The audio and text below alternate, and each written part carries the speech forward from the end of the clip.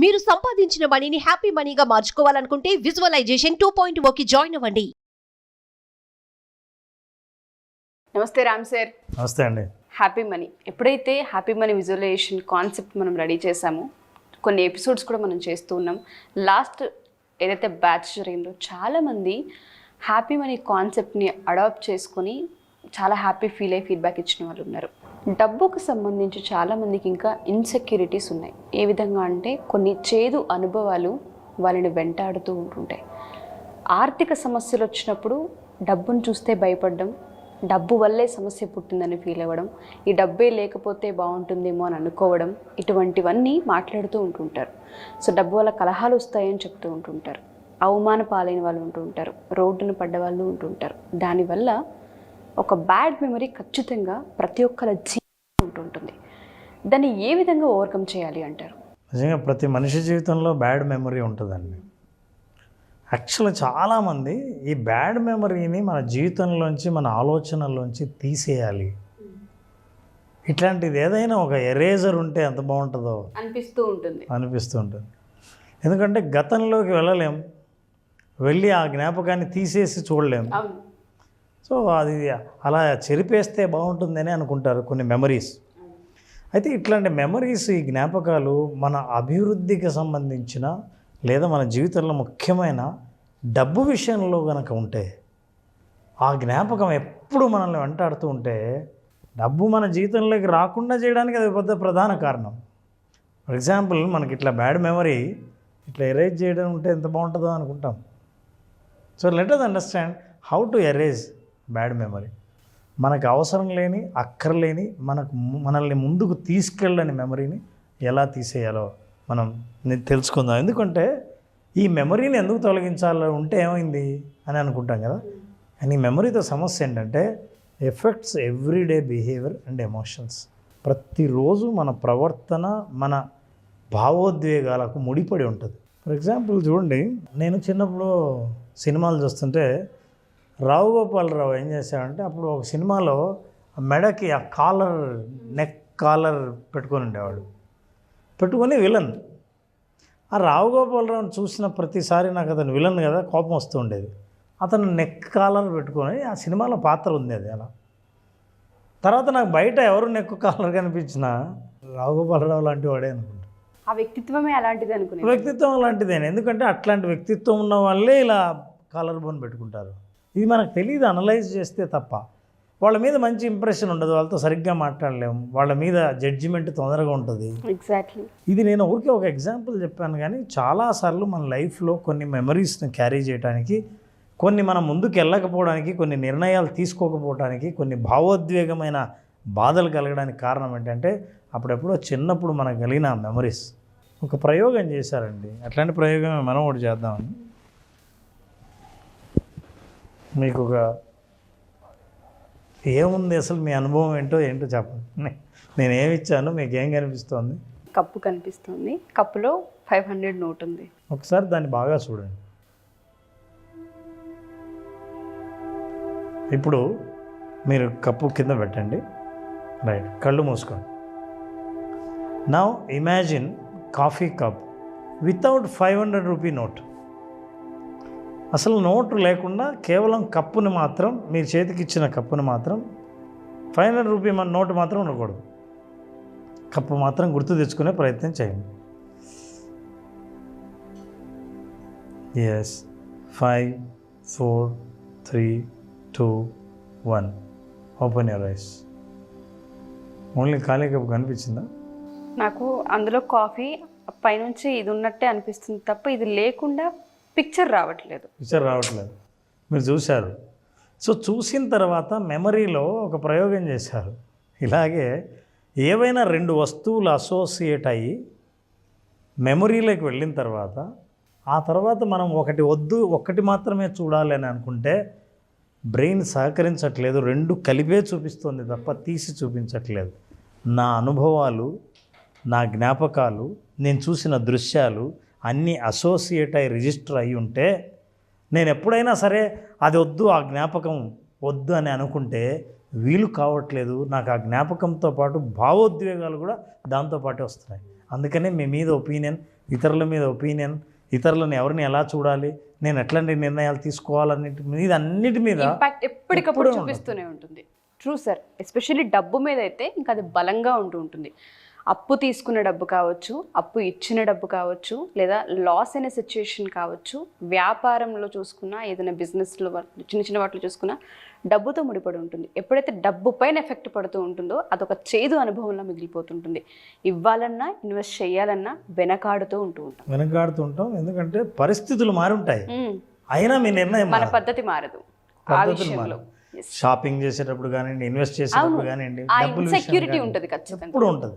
ఎందుకంటే చిన్నప్పుడు మనం ఎప్పుడైనా సరే ఈ జ్ఞాపకాలన్నీ మెమరీలో మనీ ఇంజురీస్ ఉంటాయి, ఆర్థికపరమైన గాయాలు రిజిస్టర్ అయిపోయి ఉంటాయి. అందుకే ఆర్థికపరమైన గాయాలు ఉన్నాయి కాబట్టి ఇప్పుడు ఏదైనా నేను నా ఇష్టమైన వస్తువు కొనాలన్నా, నేను డబ్బును ఆకర్షించాలన్నా, డబ్బు కావాలనుకున్నా, డబ్బు రావాలనుకున్నా ఈ భావోద్వేగం అడ్డుపడుతూ ఉంటుంది. మీ మనీ ఫ్లో ఆగడానికి, అది హ్యాపీ మనీ కాకపోవడానికి, మనీ హ్యాపీగా మీ దగ్గరికి రాకపోవడానికి కారణం ఇలాంటి మెమరీయే. మీరు ఖచ్చితంగా అనలైజ్ చేయలేరు ఏ మెమరీ అని, కానీ డబ్బు మీద ఉన్న మీకున్న అభిప్రాయం ఏదైతే ఉందో అది కేవలం ఈ మెమరీ వల్లే వచ్చింది. అందుకే పిల్లలు ఎప్పుడైతే అట్లాంటి అనుభవం ఎదురైనప్పుడు ఇలాంటి పరిస్థితి వస్తుందో వాళ్ళు అప్పటికి ఆ జ్ఞాపకం రిజిస్టర్ అయి ఉంటుంది. ఇప్పుడు మనం ఏం చేయాలి? Detach from stories that keep you stuck. మిమ్మల్ని ఆపేసిన పరిస్థితి నుంచి మీరు డిటాచ్ అవ్వాలి. డిటాచ్ అవ్వాలి అంటే ఏ ఎమోషన్ అయితే మమ్మల్ని బాధ పెడుతుందో, మనల్ని తీవ్రంగా పరిగణిస్తున్నామో, ఏ భావోద్వేగం అయితే, అంటే కోపం, నమ్మకూడదు మనిషిని, డబ్బు పోతుంది, అమ్మో ఇందులో పెట్టకూడదు, ఇదైతే నమ్మడానికి లేదు, ఇట్లాంటి జ్ఞాపకాలు ఏవైతే వచ్చాయో ప్రతి మీ జ్ఞాపకానికి, ఆర్థిక గాయానికి వ్యక్తితో కూడా కనెక్షన్ అయి ఉంటుంది. పరిస్థితులే కాకుండా ఫర్ ఎగ్జాంపుల్ తల్లిదండ్రులు కావచ్చు, మీ ఇంట్లో మీ తల్లిదండ్రులని మీ వ్యాపారంలో మీ మేనమామ, మీ చిన్నాన్నో పెద్దనాన్నో మోసం చేసి ఉండొచ్చు, లేదా నమ్మిన స్నేహితుడు ఎవరైనా మోసం చేసి ఉండొచ్చు. ఎవరో ఒకరు మీ జ్ఞాపకాలు ఒకసారి తలుచుకుంటే you will associate with the relationship with the person. Yes, true sir. ఎప్పుడైతే ఆ పర్సన్ గుర్తొస్తుంటాడో, గుర్తొచ్చిన ప్రతిసారి, ఆ అనుభవాన్ని గుర్తొచ్చిన ప్రతిసారి ఇప్పుడు మీ ప్రస్తుతం మీ నిర్ణయం మీద బలంగా ప్రభావం, ఎగ్జాక్ట్లీ ఇంపాక్ట్ చూపిస్తూ ఉంటుంది. బంధువుల్ని నమ్మకూడదు, ఫ్రెండ్స్ని నమ్మకూడదు, బిజినెస్లో పార్ట్నర్షిప్ ముగ్గురు ఉండాలి, ఇద్దరు ఉండకూడదు. ఇది ఏదో ఏ సెంటిమెంట్ అయినా సరే ఇట్లా నిర్ణయాల వల్ల ఏంటంటే అవకాశాలు కూడా బ్లాక్ ఆగిపోతాయి. మీరు అవకాశాలని బ్లాక్ చేసే నాకున్న భావోద్వేగాలు నేను క్యారీ చేయడం అవసరమా? వాటిని ఎరేజ్ చేయాలి.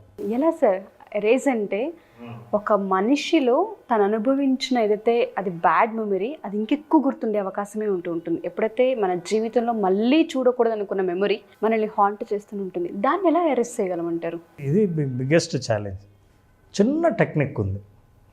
ఎవరైనా సరే నా డబ్బు ఫలానా వల్ల మా ఇంట్లో డబ్బు లేకుండా పోయింది, ఫలానా వాళ్ళ వల్ల, నా చిన్నప్పుడు ఫలానా పరిస్థితిలో వీళ్ళందరినీ చూశాను, అతని మీద ఆమె మీద ఎవరి మీదైనా ఆ అభిప్రాయం వల్ల నా లైఫ్లో డబ్బు రావడం ఆగిపోయింది, నేను సంపాదించలేకపోవడానికి, అభివృద్ధి కాలేకపోవడానికి, మా కుటుంబం ఆర్థికంగా ఎదగలేకపోవడానికి కారణం ఫలానా వాళ్ళు అని మీకు అనిపిస్తూ ఉంటే ఆ గాయాలను ఎరేజ్ చేయాలంటే ఒకటి మార్గం, ఫర్గివ్, క్షమించేయాలి. ఎందుకంటే నాకు భవిష్యత్తు, రేపు నేను సంపాదించే డబ్బు నాకు ముఖ్యం, కానీ గతంలో నన్ను బాధపెట్టి మోసం చేసి ఆర్థిక గాయాలకు కారణమైన వాళ్ళని అస్సలు నేను మనసులో పెట్టుకోకపోవడమే నాకు క్షేమం.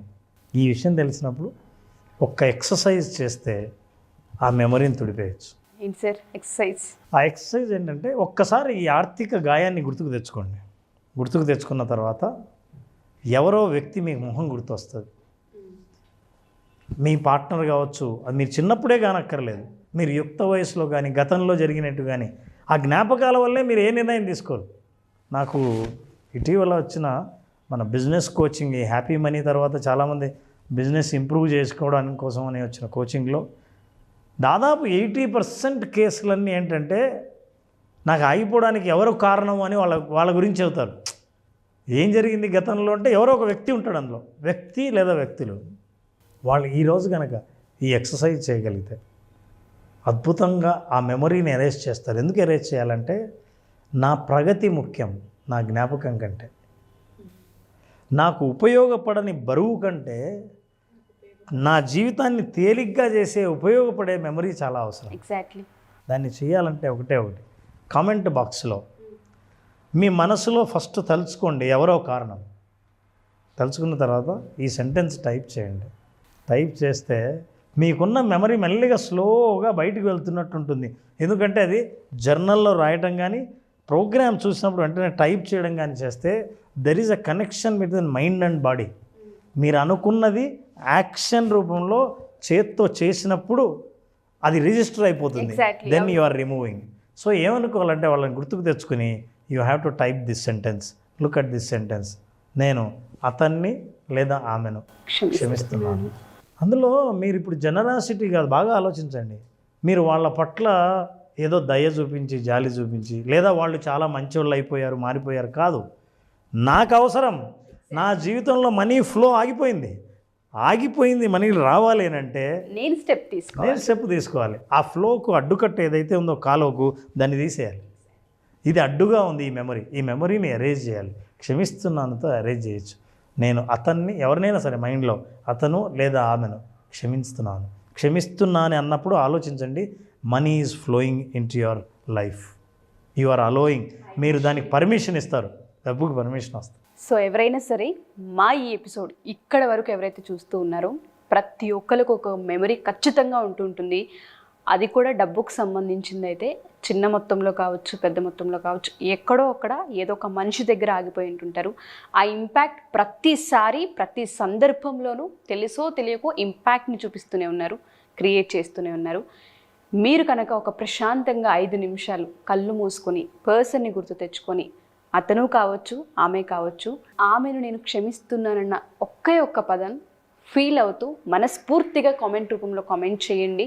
రామ్ గారు చెప్పినట్టుగానే ఆ ఎమోషన్ని మీరు ఫస్ట్ ఫీల్ అవ్వండి. కాలువ గట్టులో అడ్డు పెట్టిన గట్టును తొలగిస్తే వాటర్ ఎట్లా ఫ్లో అవుతుందో ఎగ్జాక్ట్లీ అదే లైఫ్లో జరుగుతుంది.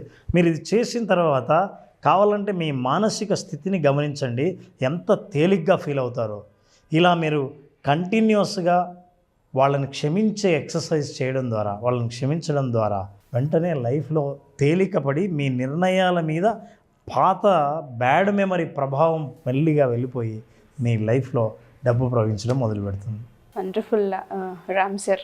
నేను నిజంగా ఎట్లా ఎరేజ్ చేస్తాము, అసలు మెమొరీని ఎరేజ్ చేయడం ఏంటి? మెమొరీ అంటేనే ఒక జ్ఞాపకం కదా, దాన్ని ఎలా తుడిచేస్తాము అని ఫస్ట్ మీరు అన్నప్పుడు నాకేం అర్థం కాలేదు.